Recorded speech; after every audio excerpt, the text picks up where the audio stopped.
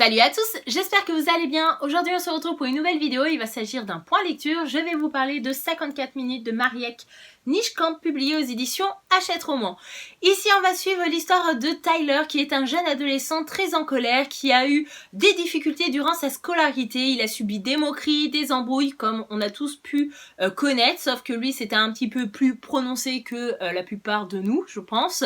Et du coup pour se venger il va décider de prendre en otage ses camarades de classe et d'établissement, parce qu'il n'y a pas que ses camarades de classe, dans le gymnase. On va dire que la proviseure avait regroupé tous les élèves dans le gymnase pour faire un discours particulier, et du coup Tyler a trouvé que c'était la bonne idée de commencer sa prise d'otage à ce moment-là, parce que il y avait tous les élèves du lycée regroupés là-bas, donc il allait avoir le maximum de monde pour sa prise d'otage. Et du coup comme vous pouvez imaginer, il va s'agir donc d'un roman plutôt poignant, assez triste et assez mouvementé. Je vous cache pas que je n'ai pas lu ce bouquin le soir avant d'aller me coucher parce que j'avais commencé à le faire et j'ai très mal dormi suite à ce soir-là, et du coup je me suis dit il faut absolument pas que je lise cette histoire-là au moment où je vais me coucher parce que ça va me travailler énormément, parce que voilà, je vous cache pas que l'auteur elle n'y va pas de m'amorce, elle n'hésite pas à utiliser des mots crus,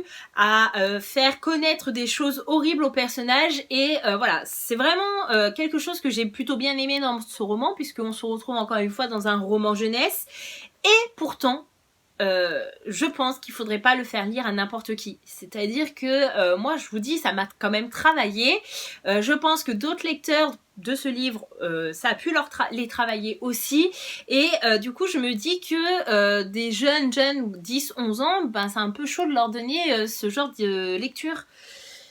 Voilà, après tout le monde est libre de lire ce qu'il a envie, mais voilà, je vous dis que voilà, pour un roman jeunesse, l'auteur n'a pas fait les choses en dentelle, tout n'est pas beau, tout n'est pas rose, et tout ne finit pas bien. Voilà, il y a des morts, il y a du sang, il y a des blessés, il y a des trahisons. C'est juste horrible. Voilà. C'est vraiment une lecture qui va me marquer pendant pas mal de temps, parce que les sentiments, les émotions que vivent les personnages durant cette prise d'otage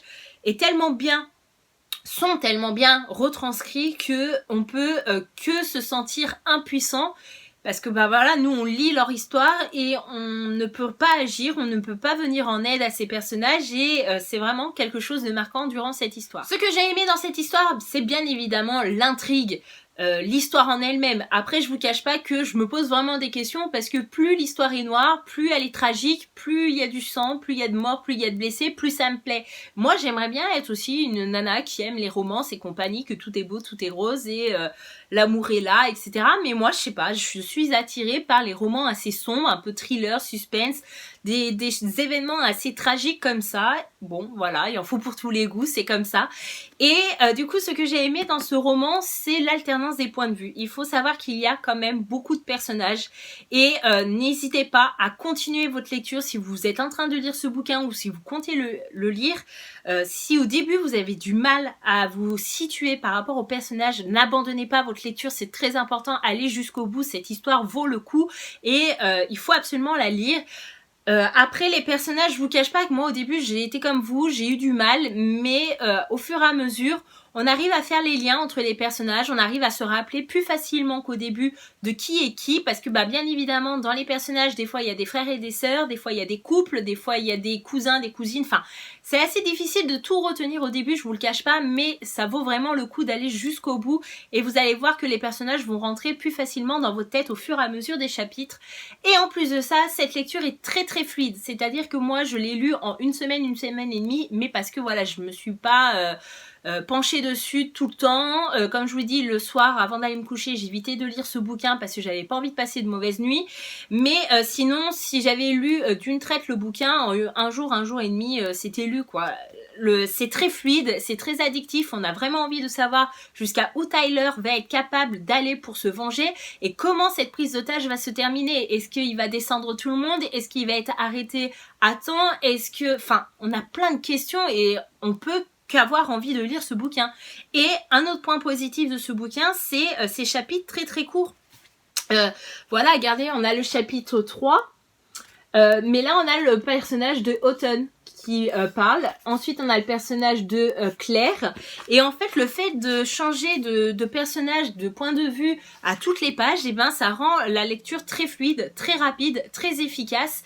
Et on voit pas vraiment le temps passer en compagnie de ce bouquin. Donc encore aujourd'hui je vous présente un roman que j'ai adoré, que je vous recommande sans hésiter. Foncez, lisez ce bouquin, vous allez adorer, c'est tellement bien. Pourtant, voilà, c'est tellement triste et je vous cache pas qu'il m'est arrivé à plusieurs reprises durant ce bouquin, durant cette lecture, à avoir la gorge nouée. Je n'ai pas pleuré, mais j'étais tellement dégoûtée, tellement triste d'être impuissante face au désespoir, à la détresse de ces personnages, c'est-à-dire qu'on ressent vraiment ce qu'ils vivent, leurs sentiments, leurs émotions face à cette tragédie, face à cette tuerie, c'est le cas de le dire, et franchement... Voilà, c'est vraiment un roman que je recommande, un roman poignant, bouleversant. Et voilà, ce point lecture est enfin terminé. J'espère que je vous aurai convaincu à lire et à découvrir ce bouquin. N'hésitez pas à me dire en commentaire si c'est le cas et à me dire si vous l'avez lu et si vous l'avez aimé autant que moi. En tout cas, voilà, moi c'est un coup de cœur. J'ai commencé l'année 2018 avec ce bouquin et je suis super ravie parce que ça fait quand même 2 années consécutives, en 2017 et en 2018, que je commence avec un livre coup de cœur, mon année livresque. Et du coup, voilà, j'ai essayé de trouver des points positifs à vous présenter concernant ce bouquin, mais j'en ai pas trouvé. Le seul petit point qu'il faudrait vraiment faire attention, c'est que voilà, il y a des mots crus utilisés par l'auteur, on suit quand même une prise d'otage, il y a forcément des blessés, des morts, et du coup je pense que ce livre ne doit pas être lu par n'importe qui, comme des enfants de 10 ans, je pense que c'est pas du tout adapté à eux, donc faites attention si vous comptez l'offrir ou l'acheter pour quelqu'un.